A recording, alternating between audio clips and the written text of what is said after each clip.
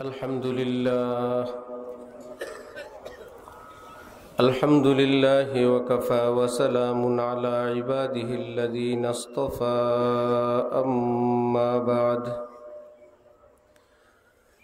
فأعوذ بالله من الشيطان الرجيم بسم الله الرحمن الرحيم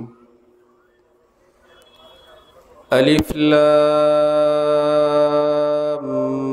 ميم ذلك الكتاب لا ريب فيه هدى للمتقين وقال تعالى إن هذا القرآن يهدي للتي هي أقوم وقال تعالى هو الذي بعث في الأميين رسولا منهم يتلو عليهم آياته ويزكيهم ويعلمهم الكتاب والحكمة وإن كانوا من قبل لفي ضلال مبين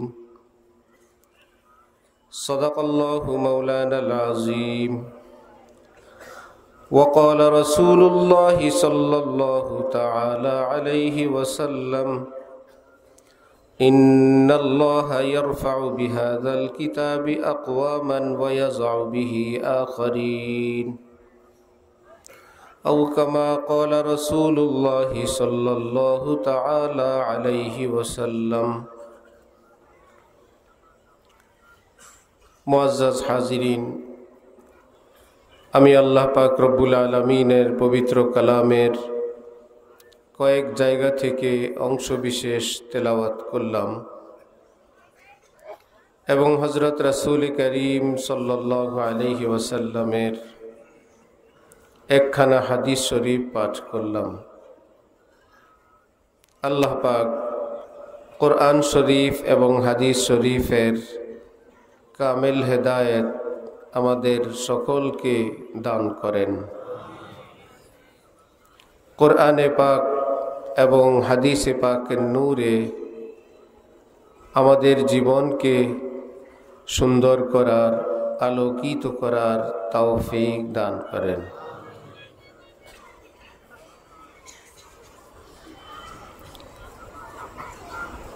বাংলাদেশের শীর্ষস্থানীয় সর্বোচ্চ শীর্ষস্থানীয় ওলামাদের অন্যতম অত্র প্রতিষ্ঠানের প্রতিষ্ঠাতা,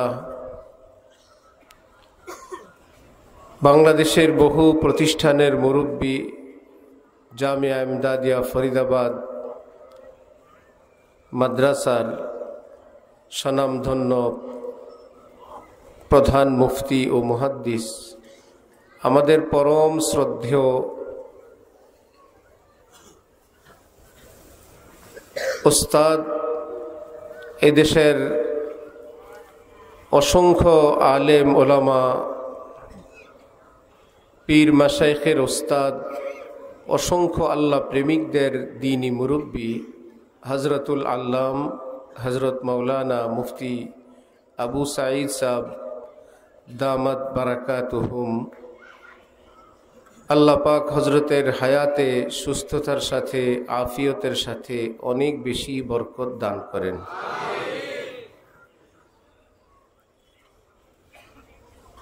খুশির কোনো সীমা নাই আমাদের এত বিশাল মজমা, যেখানে একবারও একথা বলার প্রয়োজন নাই, কেউ ছবি তুলবেন না, কেউ ভিডিও করবেন না, কেউ মোবাইল উঁচু করবেন না। এই দেশের এই সময়ে এত সুবিশাল একটি মহাসমাবেশ, দ্বীনি জলসা, এক আল্লাহওয়ালার উসিলায়, তালিম তরবিয়তের বরকতে মুসলমানরা যদি এত বড় মজমাও এতটা সুশৃঙ্খল, সুনিয়ন্ত্রিত কোরআনে পাক হাদিসে পাকের তালিমের ভিতরে আমরা থাকতে পারি, এর থেকে একথা বোঝা যায়,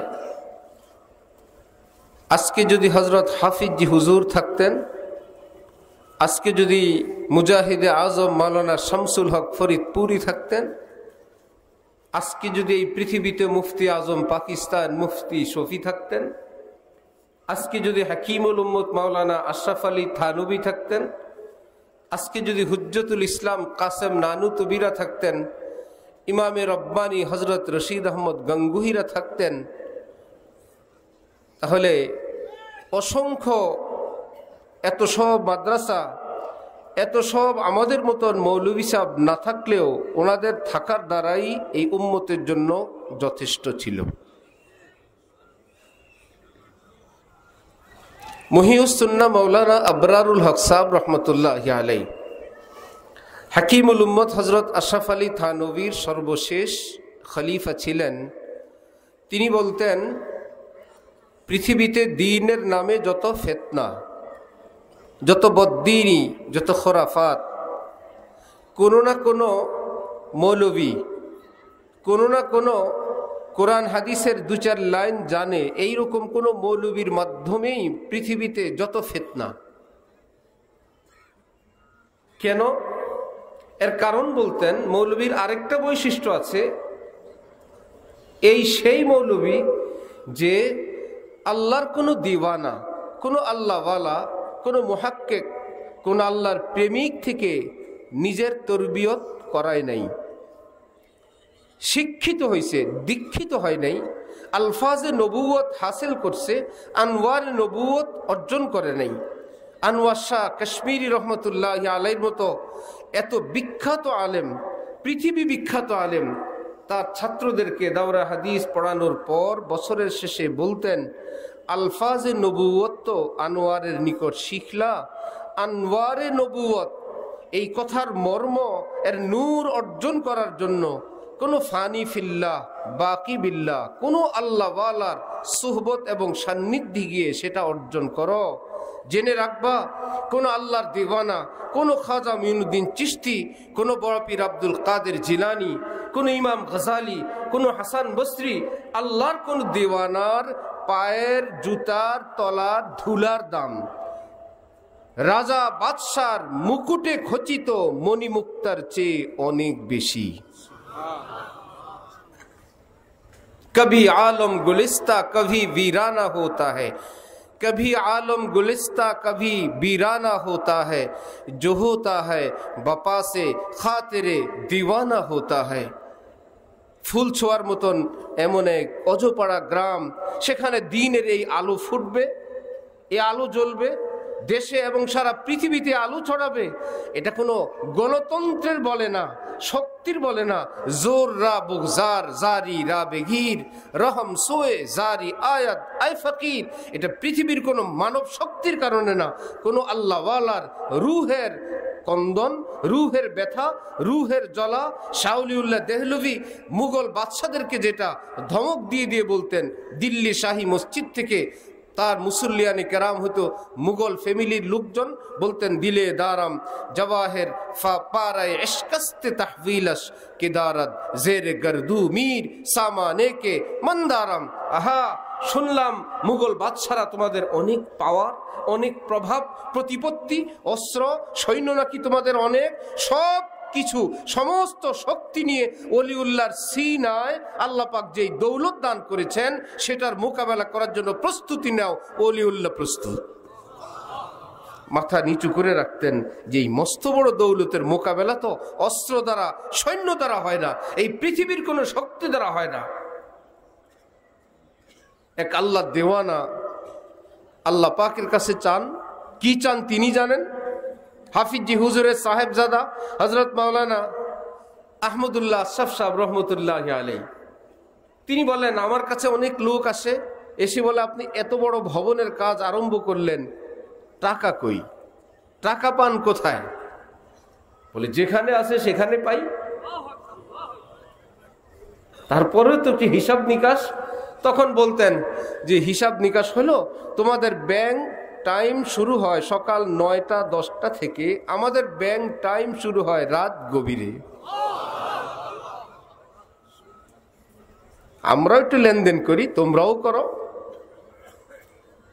তোমাদের ব্যাংকে চেক দিলে হয়, আমাদের ব্যাংকে চোখের পানি দিলেই হয়। আমাদের উস্তাদ ঢালকানগর মাদ্রাসার মুহতামিম হযরত মুফতি জাফর সাহেব দামাত বারাকাতুহুম গোয়েন্দা এসে বলল, আপনি এতবার হজ উমরায় যান, টাকা পান কোথায়? কত টেনশন। বললেন যে টাকা আমাদের হজ উমরার টাকা বিভিন্ন অ্যাকাউন্টে থাকে। মানে আপনার কয়টা অ্যাকাউন্ট? বললো আমার কোনো অ্যাকাউন্ট নেই। কি বললো, আল্লাহর বিভিন্ন বান্দাদের অ্যাকাউন্টে আমাদের হজ উমরার টাকা থাকে, যেই বছর যেটা কবুল হয় আল্লাহ পাক তাকে দিয়ে ওই অ্যাকাউন্টের টাকা সহ এখানে নিয়ে আসে।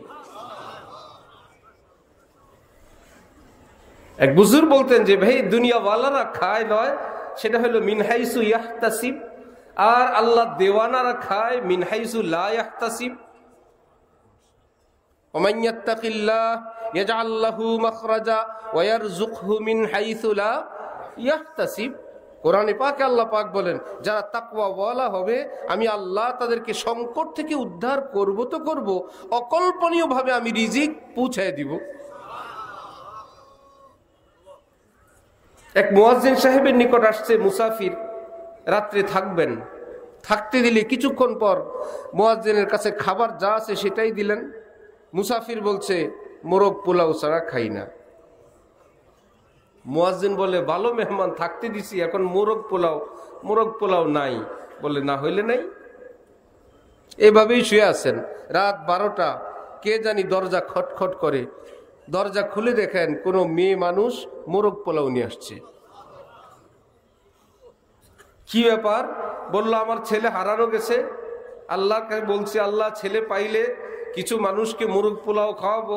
ছেলে পাওয়ার পর রান্না করতে একটু দেরি হয়ে গেছে। মুয়াজ্জিন সাহেব বলেন, বুঝছি, মোরগ পোলাও কার? মুসাফির কি গিয়ে বললেন, হুজুর মোরগ পোলাও আসছে, এত বছর মুয়াজ্জিনি করে আসে না, আজকে আপনিও আসছেন, মোরগ পোলাও আসছে। আপনি আগেই বললেন মোরগ পোলাও ছাড়া খান না, ঘটনা কি? ঘটনা কি জানি না, 30 বছর যাবত আমার আল্লাহ আমারে এভাবেই খাওয়ান।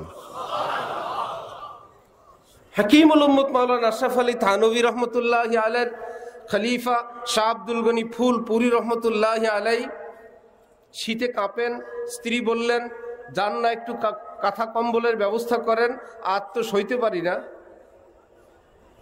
বললেন, একটু চুপ কর, আল্লাহ মিয়া জব দেখেগা মায়া লাগেগা খুদি কম্বল ভেজ দেগা। আমরা আল্লাহকে মানি না, আল্লাহকে সেজদা করি, আল্লাহকে মানি। রব্বুল আলামিন যখন দেখবেন আমরা শীতে কাঁপি, মায়া লাগবে, নিজেই কম্বল পাঠাবেন। একটু সবর কর। কিছুক্ষণ পর দরজা কে জানি কড়া নাড়ে, গেলেন, অন্ধকার। কেউ যেন একজন কম্বল একটা হাদিয়া নিয়ে আসছে, জিজ্ঞেস করেন নাই কে কোত্থেকে আসছো, হাদিয়া পায়া কম্বল নিয়ে দুয়ার আটকে বিবিরে বলল, বি मैंने नहीं कहा था अल्लाह मियाँ जब देखेगा माया लगेगा खुदी কম্বল ভেজ দেগা। বলছিলাম না, দেখ আমার আল্লাহ আমার জন্য কম্বল পাঠিয়েছেন। মিন হাইসু ইয়াহতাসিব না লা ইয়াহতাসিব, কল্পনীয় না অকল্পনীয়। সেটা কি শুধু তার জন্য, তাদের জন্য, কারোর জন্য বরাদ্দ? এটা কোনো পীর বংশের জন্য, মুফতি সাহেবের জন্য, কোনো হাফিজি হুজুরের জন্য? রব্বুল আলামিন কোরআনে পাকে বললেন, মাইয়াত্তাকিল্লাহ, যে ব্যক্তি তাকওয়ার গ্যারান্টি আমাকে দিবে, ইয়াজআল লাহু মাখরাজা, তাকে সংকট থেকে উদ্ধারণের গ্যারান্টি আমি আল্লাহ দিলাম। ওয়ারযুকহু মিন হাইসু লা ইয়াহতাসিব, আমি আল্লাহ ওয়াদা করলাম অকল্পনীয়ভাবে আমি আল্লাহ তোমার রিজিক সময় মতন পৌঁছে দিব। আমার ভাই হযরত শাহ আবরারুল হক সাহেব রহমতুল্লাহি আলাইহি বলতেন যে ভাই बाड़ी बढ़िया हो, गाड़ी बढ़िया हो, पान बढ़िया हो, पान दान बढ़िया हो और अल्लाह का दीन घटिया हो, क्या यह इंसाफ है? শাহ আবরারুল হক সাহেব রহমতুল্লাহি আলাইহি বলতেন, আমার ভাইরা, আমাদের বাড়ি গাড়ি, পান দান, সুপারি, চুন, বাড়ি করবে, বাড়ির বালু কোন নদীর বালু ভালো সেখান থেকে বালু আনায়, বাড়ি করবে ঢাকা, বালু আনায় টাঙ্গাইল থেকে। কি ব্যাপার? টাঙ্গাইলের বালু ভালো। সিলেট স্যান্ড, সিলেট থেকে বালু আনায়, এটা আরো স্পেশাল, আরো বিদেশি। সিঁড়ির রেলিং এটা চায়না থেকে নিয়ে আসে, এটা উন্নত। হযরত আবরারুল হক সাহেব বলেন, সবই মানলাম, আল্লাহ কি তোমাকে এই মেজাজ, এই রুচি, এই আল্লাহ পাক তোমার এই যোগ্যতা কি শুধু এই দুনিয়ার উন্নতি অগ্রগতির জন্য দিছিলেন? তোমার সূরা ফাতিহা কি উন্নত? তোমার নামাজ কি উন্নত? তোমার আত্তাহিয়াতু, তোমার দোয়ায়ে কুনুত কি উন্নত? সেটা তো ভাঙ্গাচুরা, কোন রকম সেটা উন্নত করো না। এটা কি আল্লাহ দ্বীনের সঙ্গে ইনসাফ হলো? শাহ আবরারুল হক সাহেব রহমতুল্লাহ আলীকে যখন দাওয়াত করে বাংলাদেশে আনা হয়, কোনো মাদ্রাসায় হজরত তশরিফ নিয়ে যান, তো মেহমানখানা নিয়ে যায়। হজরত বলতেন যে ভাই, এটা তো অনেক উন্নত মেহমানখানা, মাশাআল্লাহ, তালেবে ইলমরা থাকে কোথায়? সেখানে নিয়ে যাও। নিয়ে গেছে দাওরা হাদিসের রুমে, माशाल्लाह शानदार। हजरत बोले ये नहीं, बच्चे जहां कुरान पढ़ते हैं, কোরআনে পাক পড়ে যেখানে, আমারে সেখানে নাও। গিয়ে দেখা গেল ছেঁড়া চাটাই, পুরান কার্পেট, লক্কর ঝক্কর ফ্যান। বলল হ্যাঁ আমি মাদ্রাসার মেহমান, আমার তো বড় এজাজ একরাম, যারা নবীর মেহমান তাদের সম্মান এই, তোলাবাই কেরাম তাদের এই সম্মান। আর যারা দাওরা হাদিস পড়বে, সর্বোচ্চ কিতাব বুখারী শরীফ পড়বে, তিরমিজি, মুসলিম, আবু দাউদ, সিয়াসিত্তা, আরো হাদিসের কিতাব। আমার ভাই, কোরআন শরীফ বুখারী শরীফ বড় নাকি কোরআন শরীফ? কোরআন শরীফ তো। বুখারী শরীফের রুম এত সুসজ্জিত, এত সাজানো গুছানো, এত মোটা গালিচাওয়ালা, আর আল্লাহর কালাম কোরআনে পাক, যার ব্যাপারে হাকিমুল উম্মত থানবী বলছেন অনেক মুসলমান জানেই না কালামুল্লাহর দাম কত। আল্লাহর কালামের দাম কাবা ঘরের চেয়ে অনেক বেশি। কাবা ঘরের চেয়ে কোরআনে পাকের সম্মান বেশি।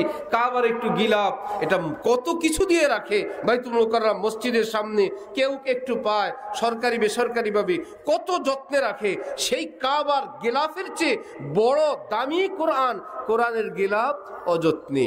গিলাফই নাই। হযরত আবরারুল হক সাহেব বলতেন, আহা তোমার জামা আছে, আল্লাহর কোরআনের জামা নাই। তোমার জামা ধো, আল্লাহর কোরআন শরীফ একটু ধুইবা না? তোমার জামা এত উন্নত, কোরআন শরীফে তো অনুন্নত। তোমার ঘরে সুকেসে এত জিনিস আছে, সুকেসে কত কিছুর জায়গা হয়, হান্ডি পাতিল, খেলনা, ডিনার সেট। আল্লাহর কালামের জন্য কি ঘরে একটা তাকও নাই? একটু ধুলাবালি মুক্ত সুন্দর করে সাজানো একটা তাক কি হবে না? একটু সাজানো যায় না? হযরত আবরারুল হক সাহেব বলতেন, কোরআনে পাকের গিলাফ ধো, খবরদার বাথরুম ওয়াশরুমে ধুইবা না, কারণ কোরআন শরীফের গিলাফের গায়ে থাকা ধুলাবালিগুলো পেশাব পায়খানার সঙ্গে যাবে।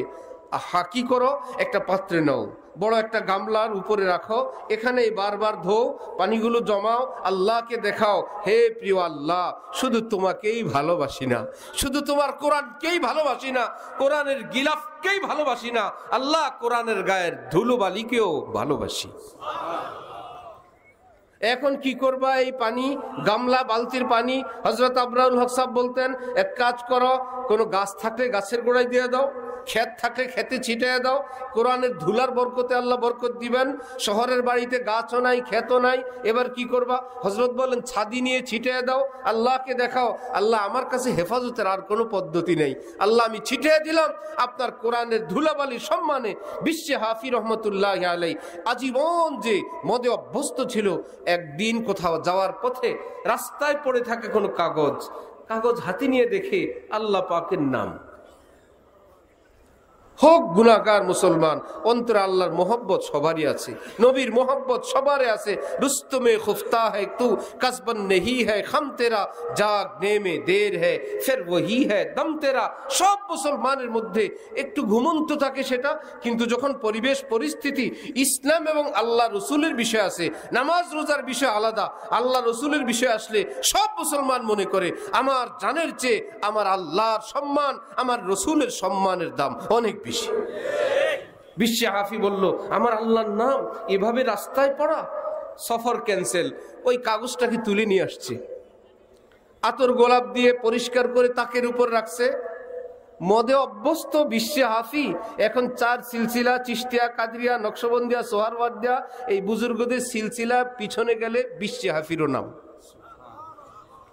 ইমাম আহমদ ইবনে হাম্বল রহমতুল্লাহ আলাইহির দরবারে বিশ্বে হাফি আসলো। এখন আর বিশ্বে হাফি নাই। আল্লাহর নাম এর সম্মানের বরকতে আল্লাহ পাক বিশ্বে হাফিকে গুনার জীবন থেকে তওবা করায় আল্লাহর ওলি বানায় দিচ্ছেন। ইমাম আহমদ ইবনে হাম্বল রহমতুল্লাহ আলাইহির দরবারে আসলে ইমাম আহমদ ইবনে হাম্বল আগায় গেলেন, নিজের মসনদে বসতে দিলেন। চলে যাওয়ার পর অনেকেই বলল, হযরত সারা জীবন তো ভুলে ভুলে কাটছে। অনেক মুসলমানের চরিত্রই এমন, কেউ একবার জীবনের কোনো পাটে ভুল করলে তিনি তার রাজ সাক্ষী হয়ে বসে থাকেন। এই ব্যক্তিকে জাহান্নামে পাঠানোর জন্য সাক্ষীর প্রয়োজন হইলে আমি আছি। আমি মুখস্থ জানি, আমার সামনের ঘটনা, আমার চোখের সামনে। রব্বুল আলামিন বলেন, লা তাকনাতু মির রাহমাতিল্লাহ ইন্নাল্লাহা ইয়াগফিরুয যুনুবা জামিআ। আমি আল্লাহ ওয়াদা করলাম, আমি আল্লাহ কোন বান্দাকে চাইলে, তওবা করলে আমি আল্লাহ জীবনের সমস্ত গুনাহ মাফ করে দেব। যিনি মালিক তিনি মাফ করে দিলেন। আমি আপনি, আমাদের উস্তাদ হযরত মাওলানা ঢাকবি হুজুর আব্দুল মজিদ ঢাকবি হুজুর লালবাগী ছিলেন, ঢালকানগরের শেষ জীবনে যাতায়াত করতেন। সেই হিসাবে আমরা হুজুরকে পাইলাম। হুজুর বলেন, হুজুরের গল্প, হুজুরের বাসায় চোর প্রবেশ করছে দিনের বেলা। স্ত্রী বললেন, চোর চোর। হুজুর বললেন, চুপ চুপ। মানে চুপ কিসে? টাকা নিয়ে গেল তো ডয়ের থেকে। হুজুর বললেন, আমরা সজাগ, দিনের বেলা চোর ঢুকছে, বেটার টাকার অনেক দরকার, অল্প দরকারে এত বড় রিস্কে যায় নাই।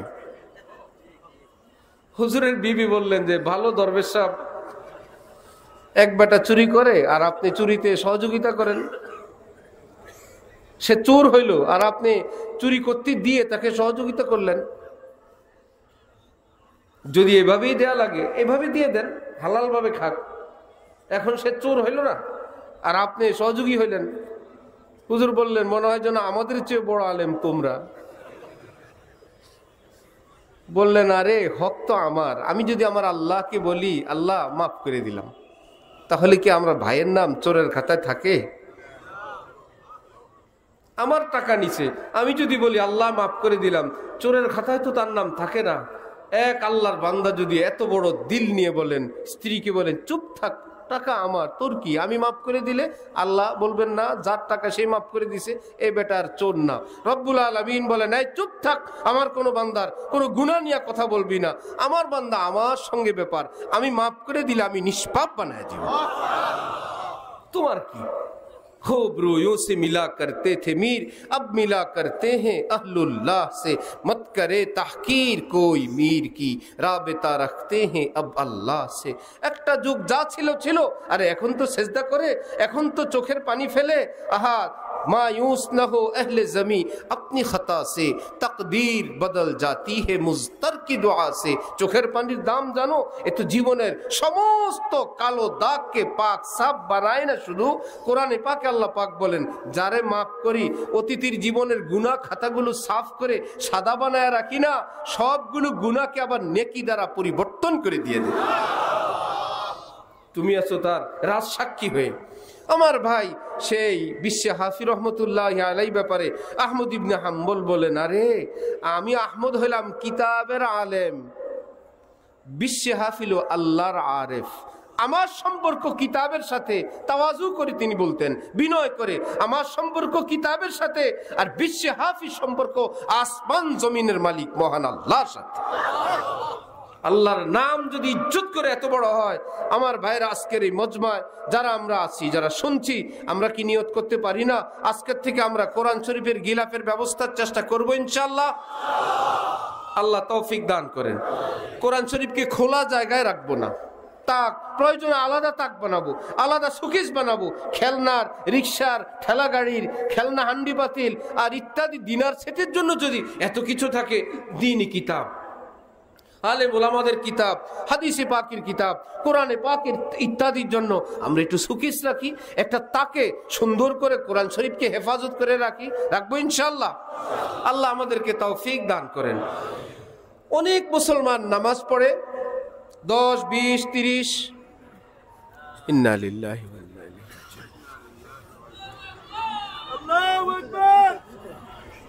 কি হয় আল্লাহু আকবার বলে কারেন্ট আসে?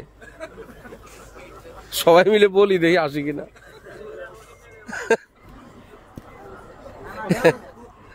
বিভিন্ন তরিকা আছে। কারেন্ট চলে গেছে,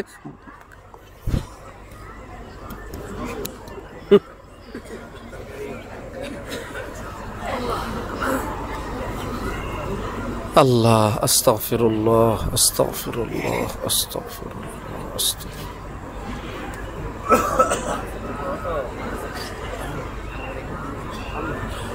চলো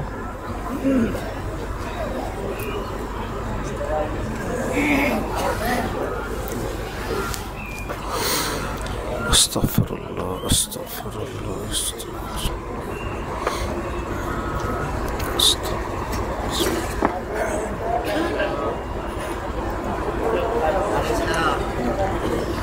আলহামদুলিল্লাহ। কারেন্ট গেলে কি আল্লাহু আকবার না ইন্না লিল্লাহ? তো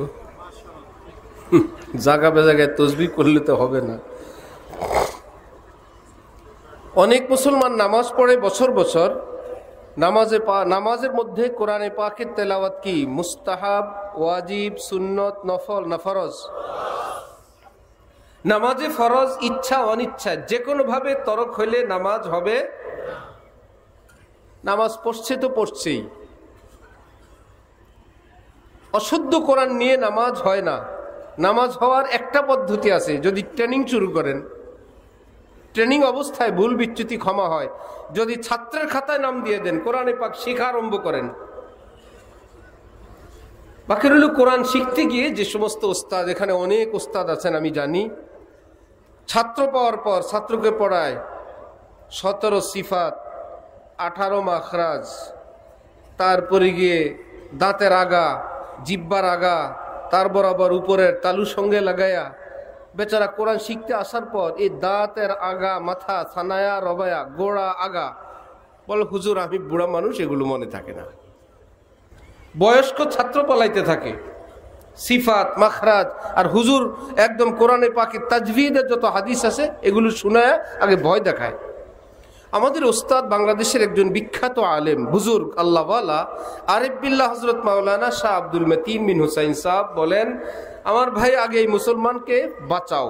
সেটা হলো কোরআনে পাক, হাদিসে পাক চূড়ান্ত সিদ্ধান্ত, কোনো মুসলমান যদি কোরআন শরীফের এক হরফও না চিনে, আলিফ বা তা চিনে না, সিফাত মাখরাজ পারে না, কিছুই বুঝে না, কিন্তু কোনো হক্কানি আলেম অথবা সহি শুদ্ধ তেলাওয়াত জাননেওয়ালার নিকট থেকে শুনে শুনে তিনি কোরআন শরীফ কয়েকটা সূরা শুদ্ধ করে নিছেন। সূরা ফাতিহা, কুল হুয়াল্লাহ, ইন্না আতাইনা, এরকম নামাজ পড়ার জন্য কয়েকখান সূরা দেখলে পারেন না, সিফাতও জানেন না, এইটুকুন জানেন আলহামদুলিল্লাহ। আলহামদু বলতে হয় না, আলহামদু লিল্লাহি রব্বিল আলামিন বলা যায় না, আলামিন বলতে হয়। ইন্না আতাইনা একটু ইন বলে একটু থামতে হয়, এটা যে কি এর নাম জানে না। ওয়াজিব গুন্না না কোন গুন্না? ইন্না, ইন্না বলার পর একটু টান দিতে হয়। এরপরে কি মধ্যে মুনতাসিল না মুনফাসিল সেটাও সে জানে না, এইটুকুন জানে। ইন বলতে হয়, ইন্না একটু লম্বা টান দিতে হয়, সে শিখে নিছে। ইন্না আতাইনাকাল কাউসার, সূরা ফাতিহা হয়ে গেল, কয়েকটা সূরাও হয়ে গেল। এই দিয়েই ফরজ, এটা দিয়ে সুন্নত, এটা দিয়ে তেলাওয়াত, এটা দিয়েই মা বাবার কবরে সওয়াব রেসানি, এটাই তার কোরআনে পাকের এইটুকুন পুঁজি। এক হরফও জানে না, সিফাত মাখরাজও জানে না, কিন্তু আলেম সার্টিফিকেট দিলেন আপনার নামাজ ইয়াজুজু বিহিস সালাত, নামাজ জায়েজ হওয়ার পরিমাণ কিংবা আরো উন্নত, শুদ্ধ। কিয়ামতের মাঠে বিশুদ্ধ কোরআন তেলাওয়াতকারীদের সঙ্গে আল্লাহ তাকে উঠে দিবেন। কোরআনে পাক শুদ্ধ। অনেকে কোরআন জানে না, ইংরেজি শিক্ষিত, পয়সা আছে কিংবা দেশ বিদেশের লোক, এখন বলে উচ্চারণ সহ কোরআন পাওয়া যায়। যেই বেচারা কোরআন পারে সে কি উচ্চারণ সহ কিনে? যে পারে না, চিনে না, সেই তো উচ্চারণ সহ চিনে পড়ে। উচ্চারণ, কোরআনে পাকের উচ্চারণ পৃথিবীর কোনো ভাষায় তো না, আরবি ভাষায়ও জায়েজ নেই। আরব দেশের আরবিরা যেই কথা বলে ওইভাবে কোরআন শরীফ পড়তে পারবেন? মিশরীরা, ইয়ামানিরা, তারাও তো আরবি। আরবিতে কোরআন পড়া যাবে না, আরবি না, বরং কোরআনে পাকের উচ্চারণের একটা মাত্র পদ্ধতি, আসমানি উচ্চারণ। কোরআনে পাক কি কোন ভাষায় পড়তে হয়? নবীজির উপর যখন আয়াত নাজিল হলো ইকরা, তিনি বললেন মা আনা বিকারিইন। যেই ব্যক্তি বলতে পারেন মা আনা বিকারিইন, এত বলতে পারলে ইকরা পারেন না? জিবরিল আমিন বলেন ইকরা, বললেন মুঝসে পড়া नहीं जाता মা আনা বিকারিইন। মুহাদ্দিস মুফাসসিররা অবাক, এত লম্বা আরবি কথা বলেন, ইকরা তো যে কেউ বলতে পারে, আপনি বলেন?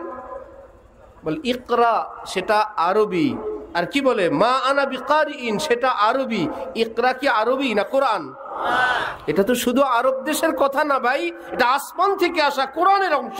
যেই কোরআনের এক শব্দের ভারে আসমানের মধ্যে চির চির চির চির শব্দ শুরু হয়ে যেত, যেন এক শব্দের ওজনে আসমান এখনই ভাঙবে, এখনই ভেঙে পড়বে। নবী বললেন ভাই জিবরিল, তোমার এই শব্দ তো আমার মুখে আসছে না। জিবরিল জড়ায় ধরলেন, 1 2 3 আসমান থেকে আনা আল্লাহ প্রদত্ত ওই পাওয়ার সাপ্লাই করলেন নবীজির সিনা মুবারকে। এইবার তিনি পড়তে শুরু করলেন ইকরা বিসমি রাব্বিকাল্লাযী খলাক। তাহলে কোরআন শরীফ আরব দেশের ভাষায় যদি পড়া না যায়, আমাদের দেশি ভাষায় পড়লে কি সহি হবে না ভুল হবে? ইংরেজিতে আরো ভুল, পৃথিবীর কোনো ভাষায় না। যারা কোরআন পড়তে ইচ্ছুক আপনি শিখেন 30 পারা, আপাতত মুখস্থ ফাতিহা শিখে নেন। আরব দেশে আমাদের দেশি লোক গেলে ফরফর খামসা খামসা আশারা কত কিছু বলে, আমাদের কি সে আরবি শিখায় কি ভাই? চলে না। এই ব্যক্তিদের মতন মজার কথা হলো সাহাবাই কেরাম অনেক ছিলেন, নাহনু উম্মাতুন উম্মিয়া।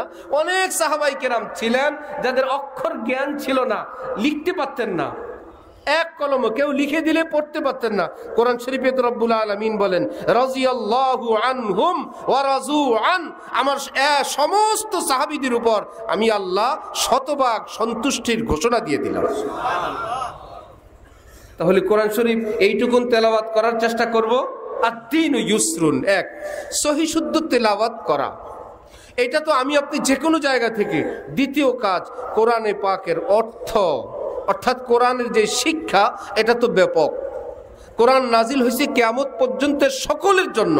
একটা দেশের ফার্মেসিতে ঔষধ থাকে নামি দামি, যে কোনো মানুষের যে কোনো ঔষধ, এগুলো কি সবার সব ঔষধ? ডাক্তার লিখে দিবেন যার যেই কয়েকদিনের যেই পরিমাণের, এটা সেখানে থাকলেই পাবে, না থাকলে পাবে না। কোরআন নাজিল হয়েছে কিয়ামত পর্যন্ত সব বিষয়ের জন্য। কোরআনের আমার জন্য কোন বিধান, এইটা আমাকে বুঝাবে কে? এটার জন্য হযরত মুফতি সাহেব দরকার।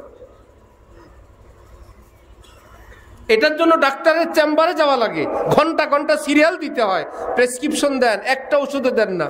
প্রেসক্রিপশন নিয়ে এসে ওষুধ কোথায়? আমার ঘরের কাছে। এবার কি সামনের তারিখের জন্য বলে, আল্লাহ এত কষ্ট করে ধানমন্ডি গেলাম, খালি একখান কাগজ দিল, ঔষধ তো আমার ঘরের কাছে, আগামী তারিখ আর ধানমন্ডি না, পকেটে টাকা আছে, ফার্মেসিতে ওষুধ আছে। বলে ফার্মেসিতে ঔষধ কোনটা আপনার জন্য, কি পরিমাণ, এটার জন্য ধানমন্ডি গুলশানে যাওয়া লাগবে, বিজ্ঞ ডাক্তারের কাছে যাওয়া লাগবে। কোরআনে পাকের দ্বিতীয় হক কোরআনে পাকের হুকুমের উপর আমল করা। কিন্তু আমি আপনি নিজে নিজে হুকুমের উপর আমল করবেন, এটা আছে সেটা আছে, এটা অনুবাদে পাইলাম, এটা তর্জমায় পাইলাম, তাহলে ওই ফার্মেসির থেকে সরাসরি ওষুধ খেলে যা ঢুকে বললেন এত বড় নামি দামি ফার্মেসি, কি দিব? সব আইটেম এক পাতা করে দেন। কিছু খায়, কিছু নিজে খায়, কিছু ছেলে মেয়েদেরকে খাওয়ায়। এই লোকটা কি জ্ঞানী হবে না বোকা হবে? এক উস্তাদ কোরআন শরীফ লিখতে দিয়েছে, আগের যুগে ছাত্রকে হুবহু লিখবে, হাতের লেখা, লিখতে গিয়ে দেখে আবুল আহাবের নাম, একটু পরে দেখে গরু, একটু পরে দেখে মাকড়সা, একটু পরে দেখে কাফের। আল্লাহর কালাম, হরফে হরফে নেকি, আবুল আহাব পড়লে নাকি হবে? গরু মাকড়সা এগুলো আল্লাহর দুশমনরা কোরআনে ঢুকাইছে। এলেমের অবস্থা দেখেন, লেখে আর ফাঁকা রাখে। তারপরে দ্বিতীয়বার উস্তাদের কাছে কোরআন জমা দিবে, ফাঁকা থাকলে কেমন দেখা যায়, ফাঁকা জায়গায় কি করা যায়, খারাপ জিনিস সরায় দিলাম, ভালো জিনিস দেই, কোথাও উস্তাদজির নাম, কোথাও বাবার নাম, শ্বশুরের নাম দিয়ে দিছে। কি করলা? বলে এই করলাম। তারপরে বললো আল্লাহ দুশ্মনের নাম আল্লাহর কোরআনে হরফে হরফে নেকি, এই জন্য এগুলো সরাই দিয়ে আপনার নাম, আমার আব্বা, আমার উস্তাদ ইত্যাদির নাম দিয়ে দিলাম। আমার নাম দিছে কোথায়? হুজুর আবুল আহাবের জায়গায়। তাব্বাত ইয়াদা আবি লাহাব বলল, আরে বোকা, আল্লাহ বলছে আবু লাহাব ধ্বংস হোক, ওখানে দিছো আমার নাম। এলেম যদি না থাকে, কোরআন ভালোবেসেই শেষ হবেন। কোরআনকে ভালোবাসা, কোরআনের জজবা, অনেক ওয়াইজ, অনেক বক্তা মানুষকে বলে কোরআন পড়বেন, কোরআনের অনুবাদ শিখবেন, নিজে নিজে আমল করবেন। বিদায় হজের ভাষণে আল্লাহ রসুল শুধু কোরআন এবং সুন্নাহ দিয়ে গেছেন, সুতরাং কোরআনে সব আছে। আমার ভাই, কোরআন থেকে উদ্ধার করে খাবেন তো সেটা দূরের কথা, গাছের ডাব থেকে নামায়ও তো খাওয়াইতে পারেন না। গাছের মালিক রেডি, মেহমান আসছে রেডি, ডাবের দিক তাকায় আর বলে আপনাকে খাওয়ানোর ইচ্ছা ছিল, এই ডাব দেখা যায়, খাওয়া কপালে নাই। বাড়িওয়ালাও রেডি, মেহমানও রেডি, কি ব্যাপার, পাড়ার লোক নাই। ইচ্ছা ছিল এই পুকুর থেকে মাছ খাওয়াবো, পুকুরে মাছ আছে খাওয়ান, বলে ধরার লোক নাই। ইচ্ছা ছিল খেজুরের রস খাওয়াবো, গাছি নাই, গাছে রস আছে, গাছি না থাকলে রস কপালে নাই। গাছে ডাব আছে, পাড়ার লোক থাকতে খাওয়া যেরকম কপালে নাই। পুকুরে মাছ আছে, উঠানোর লোক না থাকলে যেরকম কপালে নাই। কোরআন হাদিসে সব আছে, কিন্তু পৃথিবী বিখ্যাত হক্কানি আলেম আল্লাহ ওয়ালারা যদি না থাকে, উদ্ধার করে আমল করারও ব্যবস্থা থাকবে। এই জন্য হাকিমুল উম্মত মাওলানা আশরাফ আলী থানভী নওয়ারাল্লাহু মারকাদাহু তিনি বলতেন, মুসলমানরা যদি ইসলামকে ভালোবাসো, কোরআনকে ভালোবাসো, তাহলে এক কাজ করো, কোরআনের প্রতিষ্ঠান মাদ্রাসাগুলোর খেদমত করো, আলেমের খেদমত করো। ইমাম গাজালি বলতেন, যে আলেমের খেদমত করে, ভালোবাসে, হাদিয়া দেয়, মাদ্রাসার খেদমত করে, দোয়া করে, আল্লাহ পাক আখিরাতে তো পুরস্কার দিবেনই দিবেন, দুনিয়ার পুরস্কার তার বংশে আল্লাহ আলেম বানায় দিবেন। আর সব করে করে যাই করে, আলেম ভালোবাসে না, আলেম দেখলে রাগ, মাদ্রাসা দেখলে জ্বলে, এত মাদ্রাসা কি দরকার? স্কুলে কোনো অসুবিধা নেই। হুজুরদের রাজনীতি দল 3টার জায়গায় 4টা হলে এত দল কি দরকার? বছর বছর যে বাড়তি আছে নিয়ন্ত্রণহীন ভাবে অন্যদের রাজনৈতিক দল, এতে কোনো অসুবিধা হয় না। ও বুঝা গেল ভিতরে কোনো সমস্যা আছে, ভিতরের কোনো রোগ এবং ভাইরাসের কারণে টুপি দেখলে সমস্যা, পাঞ্জাবি দেখলে সমস্যা। হাকিমুল উম্মত থানভী বলেন, ইংরেজদের এমন মুরিদ হয়েছে, আলেমরা বলছিল ভাই প্যান্ট পরো 2 আঙ্গুল উপরে উঠাও, টাকনোর উপরে। আলেমের কথায় 2 আঙ্গুল উঠায় নাই, ইংরেজ আবার এক টানে হাঁটুর উপর উঠে ফেলছে, সেই প্যান্ট এক টানে হাঁটুর উপর উঠে ফেলছে। আলেম বলছিলেন 2 আঙ্গুল, সেটা উঠায় নাই। ইংরেজ বলছিল এক টানে হাঁটুর উপরে, কারণ আগেরটাও ফরজ তরক, পরেরটাও ফরজ তরক, মধ্যখানে থাকলে তো মোল্লা হয়, মোল্লা হব না, প্রয়োজনে টাকনুর নিচে নিয়ে যাব, মোল্লা হব না, প্রয়োজনে হাঁটুর উপরে উঠে ফেলবো। মোল্লাদের বিরোধিতা করো। আমার শেখ বলেন, বিরোধীরা হজরতে কিয়ামতের আগে যখন হজরত ঈসা আসবেন, আলেমদের ভক্তরা, আলেমদের অনুসারীরা সব হজরত ঈসার পক্ষে যাবে, আলেমদের দুশ্মনেরা দাজ্জালের পক্ষে যাবে। কারণ তাদের সিদ্ধান্ত, আলেমরা যেদিকে আমি তার উল্টা। কোন বেচারার বউ পানি স্রোতে পড়ে মারা গেছে, সে উল্টা দিকে খোঁজে। সবাই বলল ভাই মরা মানুষ ওই দিকে তো যাবে না, স্রোত তো এদিকে যায়। সে বলল আপনি বেশি বুঝেন, আপনি চিনেন এই মহিলারে, সারা জীবন সে উল্টা করছে। আমার বিশ্বাস মরার পরে উল্টা দিকেই গেছে। সুতরাং আমি আমার হিসাবেই গুনি। সুতরাং কিয়ামতের আগে যখন হযরত ঈসা এবং দাজ্জাল আসবে, উল্টা পাটি তো সেই দিকে যাবেন, আমরা হযরত ঈসার দিকে যাব ইনশাআল্লাহ। আল্লাহ তৌফিক দান করেন। ওয়া আখিরু দাওয়ানা আলহামদুলিল্লাহি রাব্বিল আলামিন।